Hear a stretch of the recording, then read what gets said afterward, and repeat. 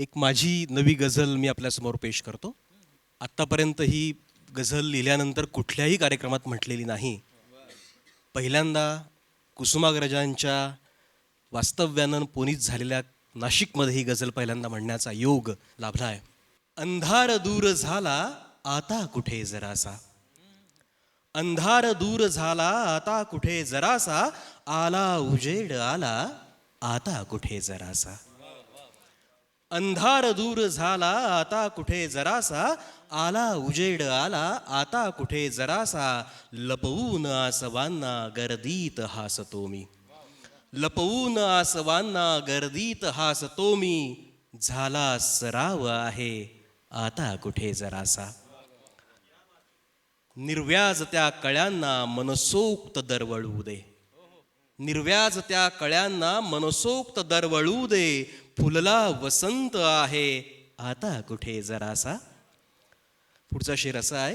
कळले अजून नाही इश्कातले बहाणे, कळले अजून नाही इश्कातले बहाणे, कळले अजून नाही प्रेमातले बहाणे. इश्कात धुंद झालो आता कुठे जरासा. पुढचा शेर जरा वेगळा आहे.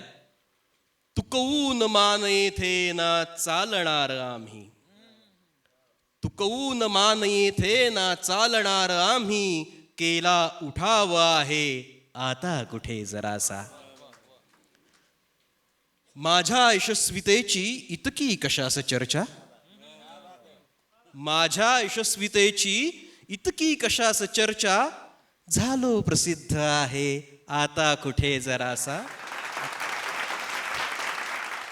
पुढचा शेर फार वेगळ्या पद्धतीने मांडला. कारण कसं आहे की माध्यमात जेव्हा आपण काम करत असतो आणि पाहत असतो सगळं अवतीभोवती, वेगवेगळ्या विचारांची लढाई आपल्याला पाहायला मिळते. आणि विचारांनाच मारायचं कुठेतरी प्रयत्न जेव्हा सुरू होतात, तेव्हा मग काय असं लिहावंसं वाटतं. कोते विचार सोडू झटकून वाद सारे, कोते विचार सोडू झटकून वाद सारे. संवाद होत आहे आता कुठे जरासा. आणि शेवटचा शेर त्यातला असा आहे. इतकी कशास घाई, इतकी कशास घाई आताच शेवटाची, इतकी कशास घाई आताच शेवटाची. प्रारंभ होत आहे आता कुठे जरासा. अंधार दूर झाला आता कुठे जरासा.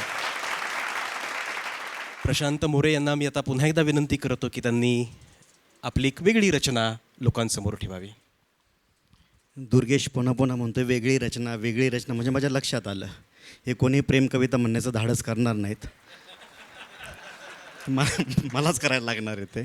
कारण की खूप तरुण वर्ग पण आपल्या पुढ्यात बसलेला आहे, हे आपल्याला विसरून चालणार नाही. आणि तात्यासाहेबांनी एका ठिकाणी म्हणून ठेवलं आहे ना की पुरे झाले चंद्र सूर्य, पुऱ्या झाल्या तारा, पुरे झाले नदी नाले, पुरे झाला वारा. तर तो स्वरसुद्धा आपल्या सगळ्या एकूण मैफिलीत आला पाहिजे. कविता अशी की ती बोलायची साखर त्याच्या तोंडात त्याचं साखरेचं तोंड, ती बोलायची साखर त्याच्या तोंडात त्याचं साखरेचं तोंड. मला पाहून मात्र होते हत्तीची सोंड. 2-4 दिवस गेले वर्गात ती दिसली नाही, 2-4 दिवस गेले वर्गात ती दिसली नाही. आली वर्गात बसली खरी पण खऱ्या अर्थाने बसली नाही. लाल डोळे डोळ्यात पाणी, चेहरा तिचा उदास होता. लाल डोळे डोळ्यात पाणी, चेहरा तिचा उदास होता. सांगून गेली एक कहाणी सच काय गुणगुणता. माझं बोलणं तिच्यासाठी औषध होतं, माझा शब्द तिला सांगणार होता नातं. नातं लवकर जुळत नाही, ती मैत्रिणींना बोलायची त्याचा स्वभावच कळत नाही. माझं मन जळतं पण मेल्याचं मन जळत नाही. एके दिवशी पाणी पिताना बोलली काय झालं फुगायला, एके दिवशी पाणी पिताना बोलली काय झालं फुगायला. माझ्यासोबत असं कोरडं वागायला, प्रेम नाही तर सरळ सांगून टाकावं, मन कशाला झाकावं. बोलली केविलवाणी डोळ्यात आणून पाणी, बोलली केविलवाणी डोळ्यात आणून पाणी. कॉलेज सुटलं की धावत पडत लोकल धरते, घरी जाते आरशात बघते मला मी. दिसतोस तू, मी स्वतःला बघू शकत नाही, तुझ्याशिवाय जगू शकत नाही. मी स्वतःला बघू शकत नाही, तुझ्याशिवाय जगू शकत नाही. तुझं काय ते सांग आत्ता सांगू नकोस, नजरेसमोर राहा सतत जत्रेसारखं पांगू नकोस. एके दिवशी काय झाले लोकल पावसाने बंद झाल्या, एके दिवशी काय झाले लोकल पावसाने बंद झाल्या. तिच्या सगळ्या मैत्रिणी माझ्या वळचिणीला आल्या. सर्वांना पिटाळून कुठे कुठे दोघं स्टेशनात राहिलो, सर्वांना पिटाळून कुठे कुठे दोघं स्टेशनात राहिलो. 1 कटिंग 2 कटिंग पाऊस पित राहिलो.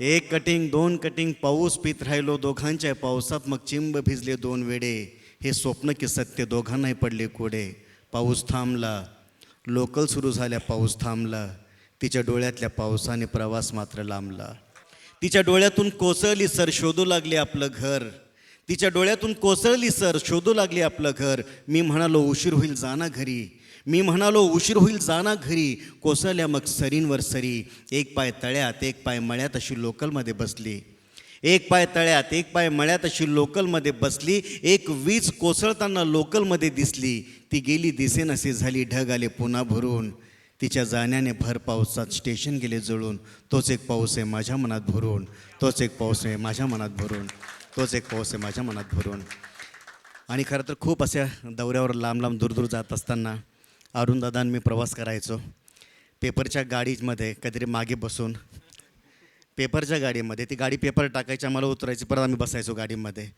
असे प्रवास करता करता त्या प्रवासामध्ये सुचलेल्या कविता काही गोष्टी याच्यामध्ये अरुणदादांनी सांगितलेल्या आहे ती कविता तुमच्या पुढे ठेवतो आठवणींची कविता आपल्या दोघांच्या आठवणींची कविता खरं तर यांना वाटेल प्रेमाची वगैरे कविता तसं नाही आहे ते म्हणजे ते आहेच पण त्याच्या व्यतिरिक्त आठवणींची कविता आहे ही कविता अशी आहे तुझ्या नाजूक हाताची निळ्या शाईची ही ओळ तुझ्या नाजूक हाताची निळ्या शाईची ही ओळ चांदण्यांच्या हुंदक्याने माझं जागलं आभाळ माझं जागलं आभाळ तुझ्या नाजूक हाताची निळ्या शाईची ही ओळ तुझ्या नाजूक हाताची निळ्या शाईची ही ओळ चांदण्यांच्या हुंदक्याने माझं जागलं आभाळ माझं जागलं आभाळ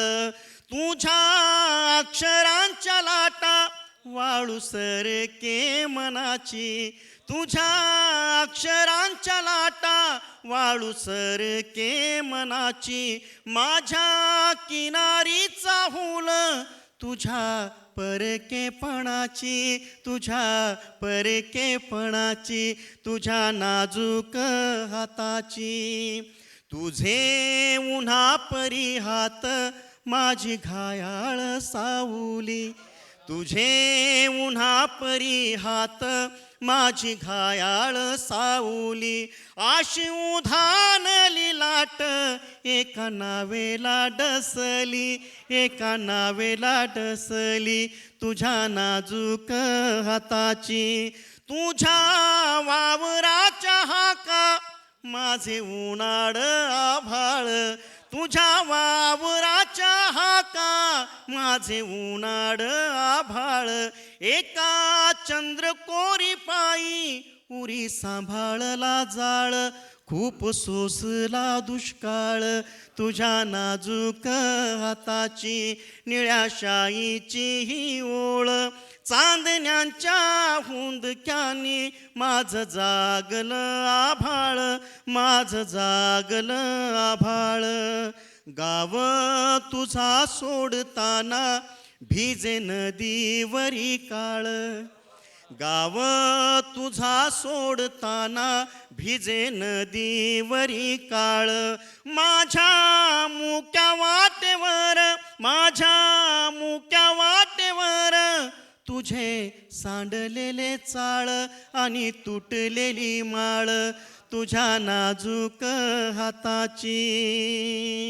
निरोपाच्या निळ्या वेळी सोड हातातून हात निरोपाच्या निळ्या वेळी सोड हातातून हात खूप लिहिले आहे ग मी निळ्याशा रक्तात मी निळ्याशा रक्तात तुझ्या नाजूक हाताची निळ्या शाईची ही ओळ तुझ्या नाजूक हाताची निळ्या शाईची ही ओळ चांदण्यांच्या हुंदक्याने माझं जागलं आभाळ माझं जागलं आभाळ माझं जागलं आभाळ